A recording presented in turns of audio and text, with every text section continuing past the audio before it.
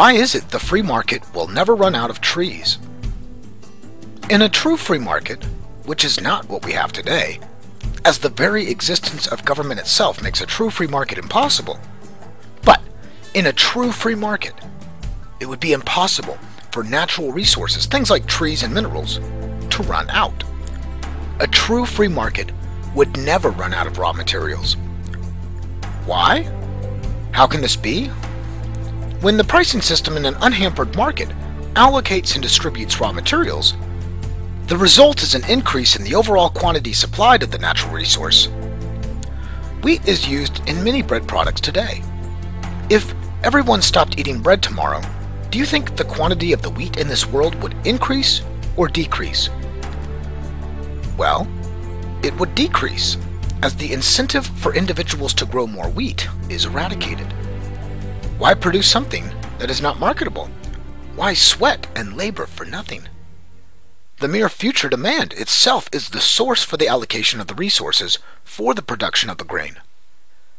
If we stopped using paper tomorrow, there would be fewer trees planted. You see, paper companies do not endlessly run around cutting down trees all day without the thought of the future, and it would even be less economically encourageable in a free market, a free society where property rights are truly enabled. Instead, they replant their own trees to satisfy future demand, with less than 14% of paper production coming from recycling. It is because of the demand for paper that the number of trees has been increasing in America for the last 50 years. A few years ago, tigers came close to extinction, but when larger quantities of humans began eating tigers, the number of tigers actually increased as there were incentives for individuals to breed them, just like chickens today. Can you imagine the chicken going extinct? Of course not. And due to domestication, which has been occurring for at least the last 10,000 years, many in this species wouldn't survive a minute in the wild. No way to collect large quantities of food, no arms, no real defense mechanism. But there is always an incentive for the market to breed more.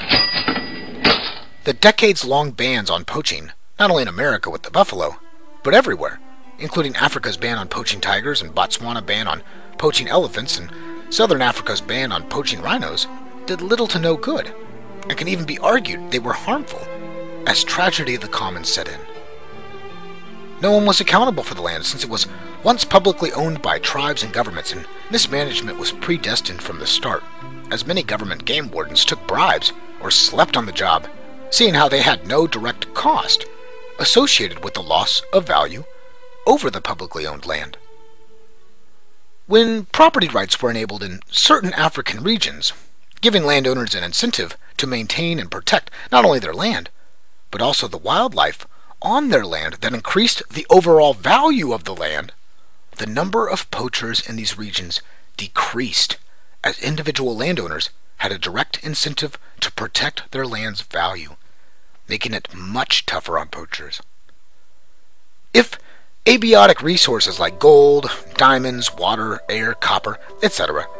were to actually decrease in quantity in a true free market, then this would translate itself through prices. As the supply reduces and the demand stays the same, the raw material would actually increase in value, making it much more likely for the individuals who own it to either take better care of it and or to reduce the use. In cases such as biotic resources, forests, animals, even mineral fuels, because they're formed from decayed organic matter, might even drive them to create some more of the said resource to cancel out the lack of the supply perceived in this high-demand industry. We can see a paper company turn a profit off of trees when the price to cut down and regrow a tree is relatively inexpensive.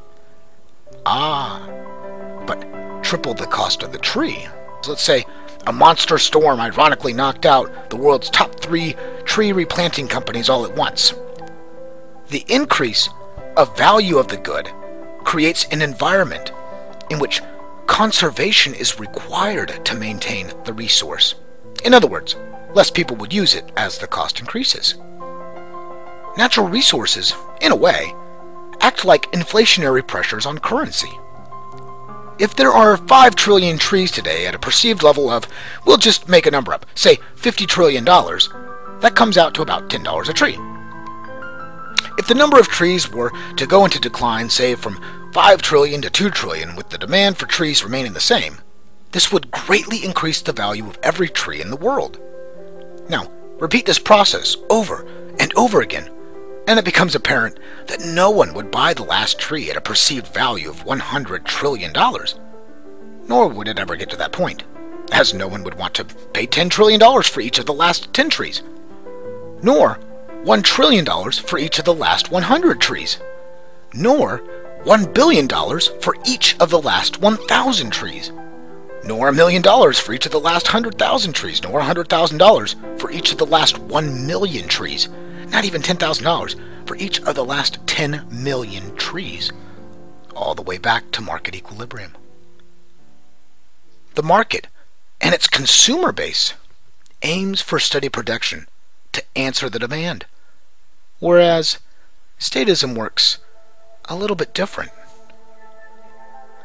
Natural resources can be eliminated through central planning and statism, that is, the lack of a free market, and quite efficiently, which you won't often hear me correlate efficiency with governments. For the same reasons that governments can't protect wildlife from poachers through public ownership of land, the government has no direct incentive, or often a false incentive, for using certain resources, especially if political goals continually push for consumption while diverting the costs to the taxpayers. After all, who is there to allocate resources efficiently? The unproductive political bureaucrats certainly aren't concerned with economic efficiency, but instead their own special interest groups and lobbyists. In fact, the United States government is the #1 polluter in our lands. More than Exxon, more than any chemical company, more than any sulfur dioxide, carbon dioxide, nitrogen oxide, or mercury released from power plants, more than the nitrogen oxide emitted from aluminum smelters, worse than any polyvinyl chlorides found in computer components. Back in 1988, the EPA demanded that the Departments of Energy and Defense clean up 17 of their own weapons plants, which were leaking radioactive and toxic chemicals. Enough contamination to cost $100 billion in cleanup costs over 50 years. The government has constantly ignored the EPA's rulings, and no one in government has ever been held accountable. No one was ever held responsible when, in 1984, a Utah court ruled that the U.S. military was negligent in its nuclear testing, causing serious health problems, in some cases death, for the people exposed to radioactive fallout. The Court of Appeals dismissed the claims of the victims because government employees have sovereign immunity, and they literally can get away with murder. It's at times like these I laugh when people say, "But Mike, what about the trees and the environment?" They would all be much better without institutionalized violence.